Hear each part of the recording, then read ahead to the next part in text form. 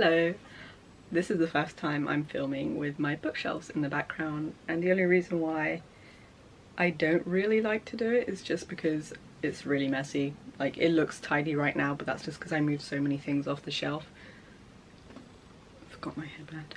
Just because I don't like showing how messy it looks. It's a bit embarrassing because most of the time I just have random scraps that I just toss on there.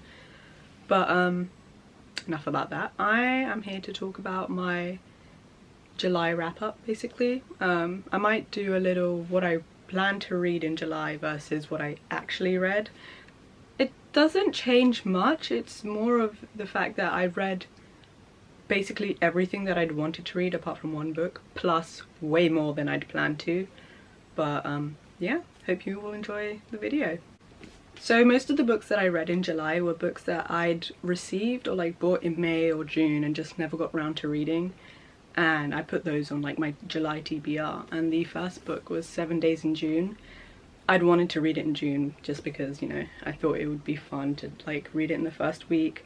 Didn't get round to that, so I said okay, I'll read it at the end in the last like week of June. Still didn't get to read it then, so I made sure this was like the first book I read in July. And I think it took me about a day to read all of it. It's quite a short book, but like it's quite like heavy in terms of themes and stuff, but it's also a really sweet romance novel. I do highly recommend this book.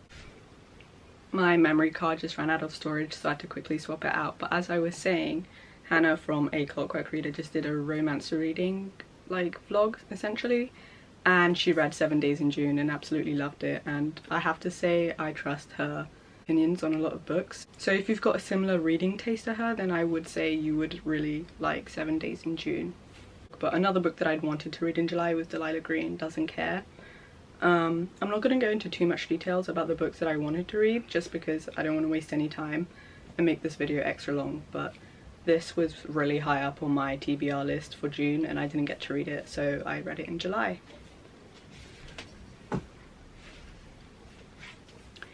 I had received a box, like a PR box from Electric Monkey, I think it was in May, and I swapped out one of the books for Blackout just because I wanted to receive this and I missed out.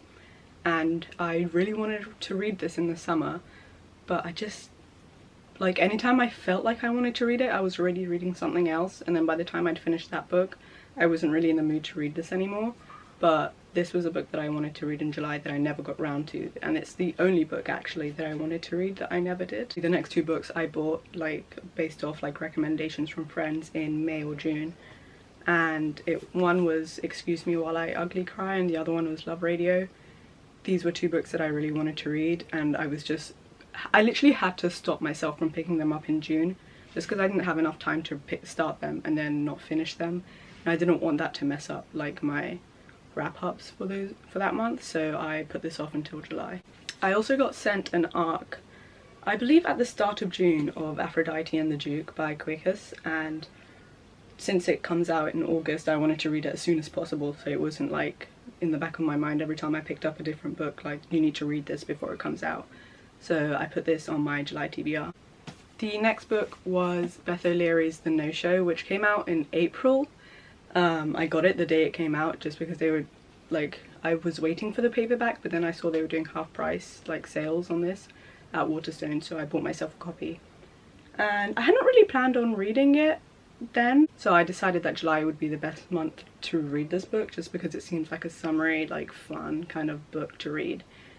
Oh, it got really dark in here, but this was another book on my July TBR. And the last book was a no-brainer. It's the second volume of Lore Olympus. This is the Illumicrate edition that I got. I'm still sad I missed out on volume 1, that I never got around to buying it, especially since it was signed. This one isn't, it's just got the regular cover and the foiled edges and the sprayed edges, sorry, not foiled edges, foiled title. This was a no-brainer just because I knew it was coming out in July and I knew I was going to read it as soon as it came out, so I put this on my July TBR. But those are the books that were on my July TBR, and now I can get on to what I actually read in July.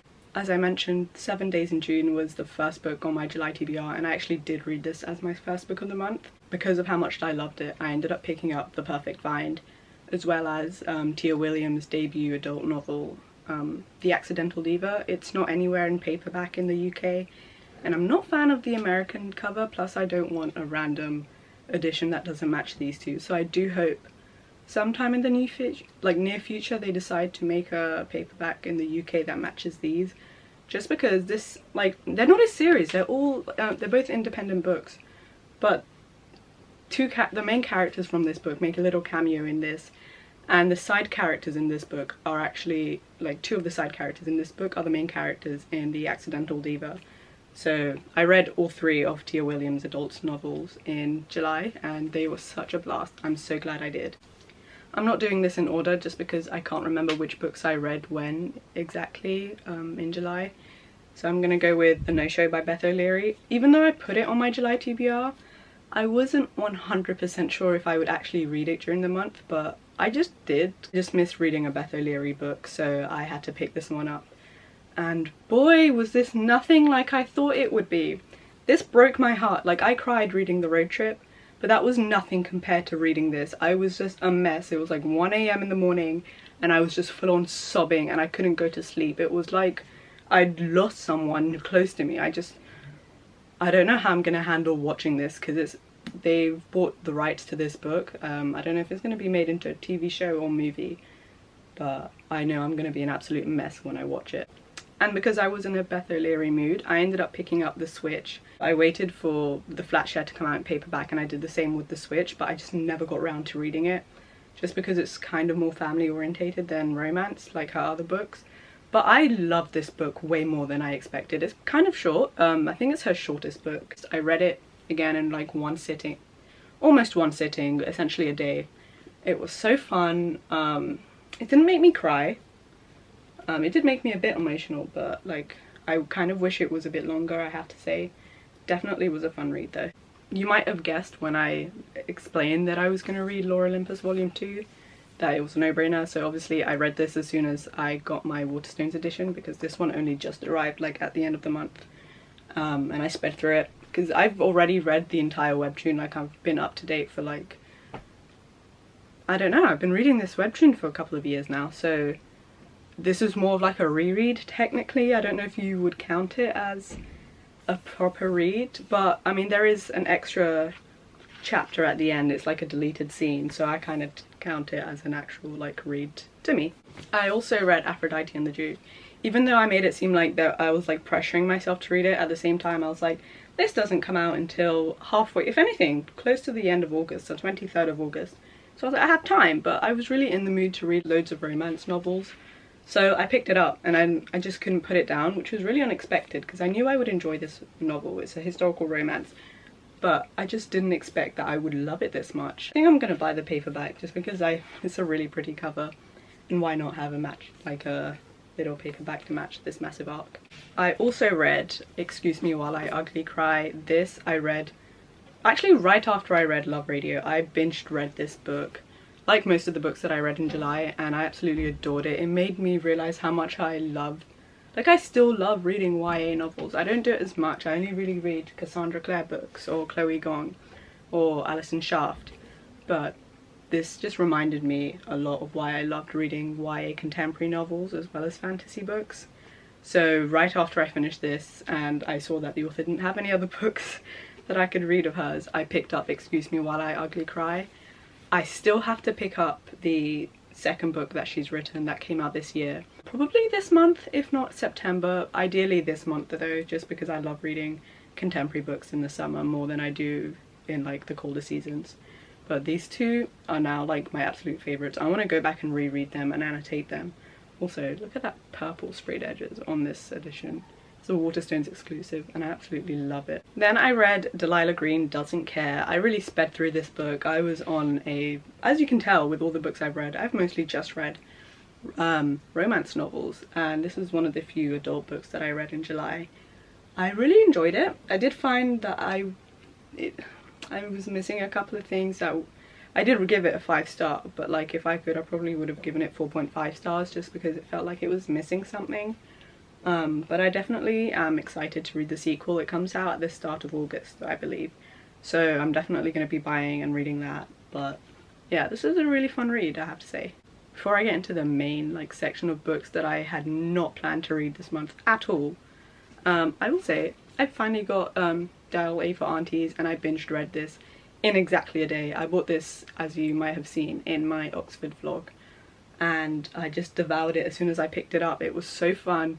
It's a romance book, but it doesn't really like focus on the romance much, just because it's kind of like a second chance romance in which the two like characters never really fell out of love, so there wasn't really much to do in kind of getting them to get back together. It's more of like a family book revolving around a crime or like murder, so if you know, you know. But then right at the end of the month, literally Saturday, so 2-3 days ago, I was sent the sequel that is coming out actually at the start of August in paperback, just because it came out I think in March in the hardback, and I devoured this right on the last day of July, on the 31st, on Sunday.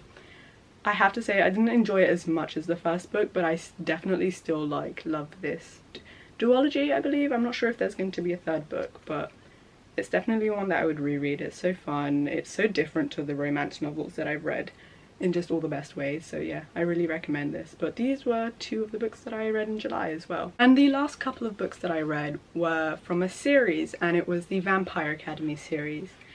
If you follow my Instagram account, then you know that I picked up this book on a Saturday, actually last Saturday, not the one that just passed, the one before, so 2 weeks before the end of July, and I ended up finishing it as soon as I got home from work, which is crazy because I had the late shift, so I started at basically midday, finished at 8, got home within 10 minutes, and then carried on reading this because I'd started it on my break, finished it that night around 1-2 a.m, and then I proceeded to order the entire series. I read the entire series in basically 5.5 days, and I ended up ordering tabs and highlighters just so I could go through, reread the series and annotate and highlight them. However, I didn't get the pens until a couple of days later, so first I like annotated, which you can't really tell, and tabbed the books. I only got to book 2, and then the pens arrived, so then I started annotating the second book. I still need to, like, highlighting the second book, Frostbite.